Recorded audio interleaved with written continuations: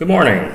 Today is the day that the Lord has made. I'm going to go ahead and start reading to you out of Genesis chapter 19. Now we're going to be talking about Abraham. Mostly we're going to be talking about Lot. Lot is the brother of Abraham. They both came into this land and they had the choice of what land they wanted to take. And Lot looks out over all the land and he says, "Oh, this land over here is beautiful. I want this land over here. There's plenty of water. It has the most beautiful, lush trees. Everything about it looks great. I want it for myself." So Abraham, after Lot had left, God spoke to Abraham and said, "Abraham, I want you to look out all of this, north, south, east, and west. Everything is going to be yours. It's going to belong to you and your descendants." Okay, so as we get into chapter 19. "And there came two angels to Sodom at even, and Lot sat in the gate of Sodom." I'm going to stop right there. Let's be thinking about what's happening here. You've got Sodom, a city that was completely void of any kind of morality. You've got men going out and raping other men. You have sex everywhere you look, everywhere. You've got homosexuality just running rampant. And here here Lot in the city of Sodom is a person who knows God, and he's sitting at the gate. He's got a mission field back there behind him. He's got a whole city behind him that needs to know about God and needs to know what it means to get right with God. And yet he is just sitting at the gate. How many of you do the same thing?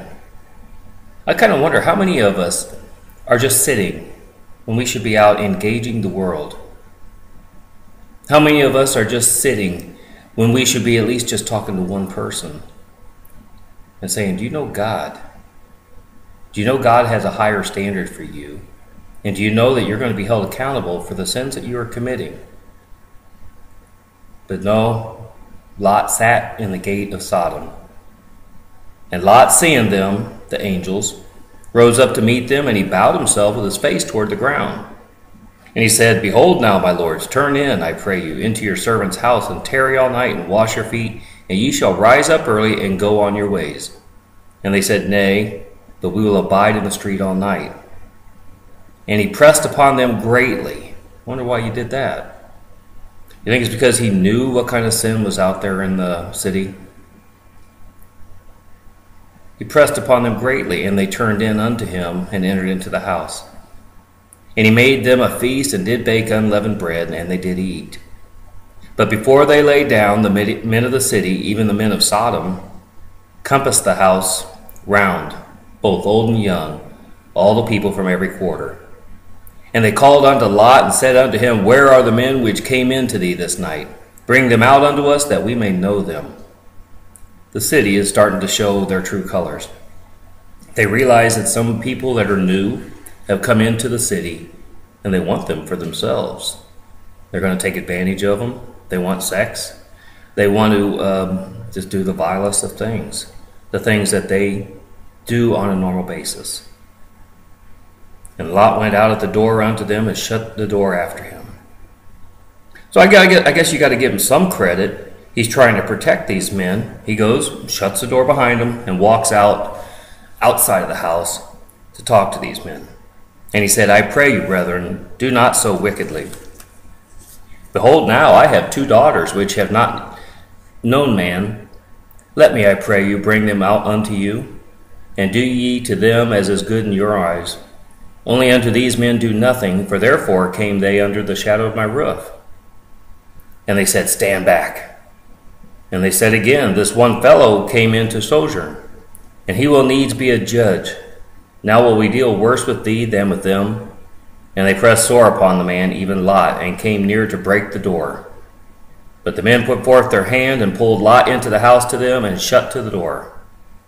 And they smote the men that were at the door of the house with blindness, both small and great, so that they wearied themselves to find the door.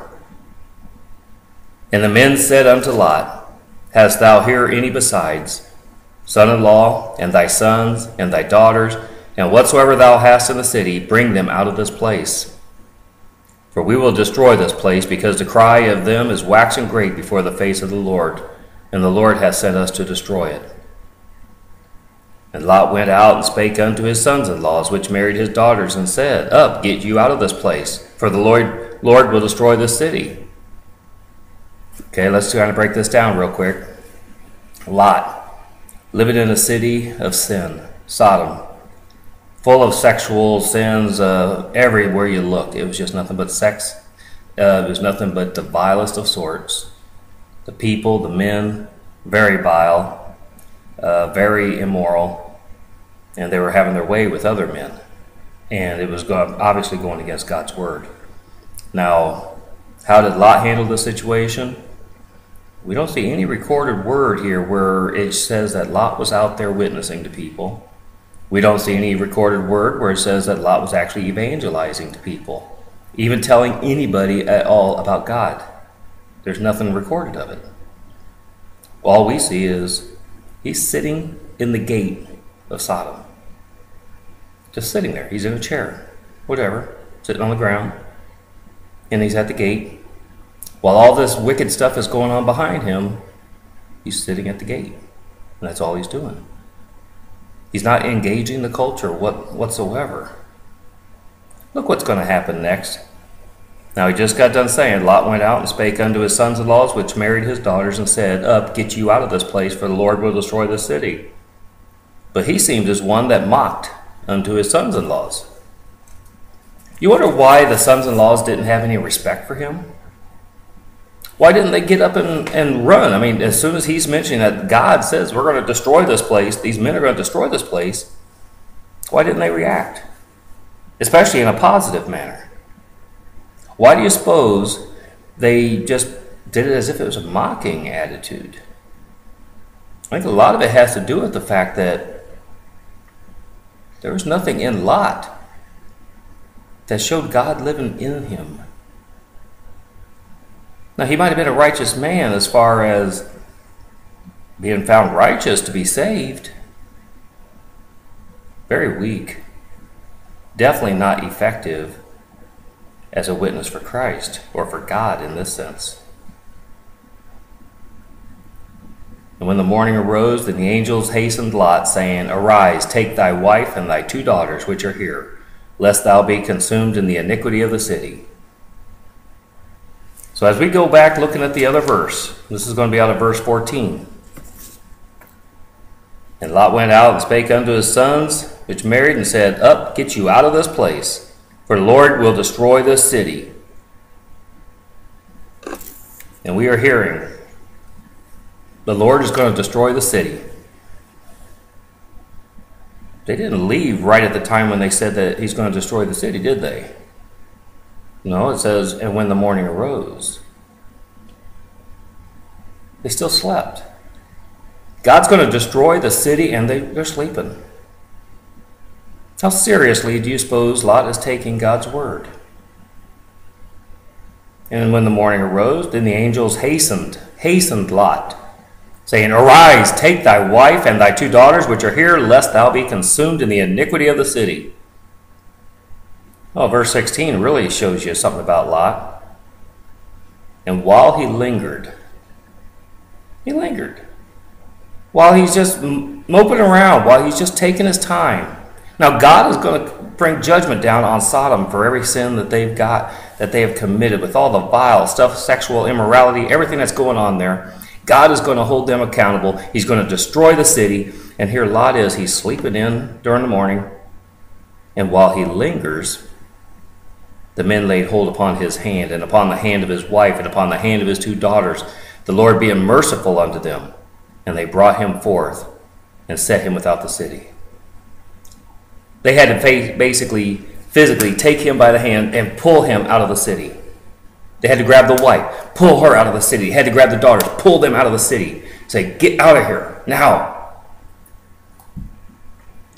Did he take it seriously? I mean, it was all about, I want this beautiful land. I want everything I could have. This is the most beautiful land. I want that for me.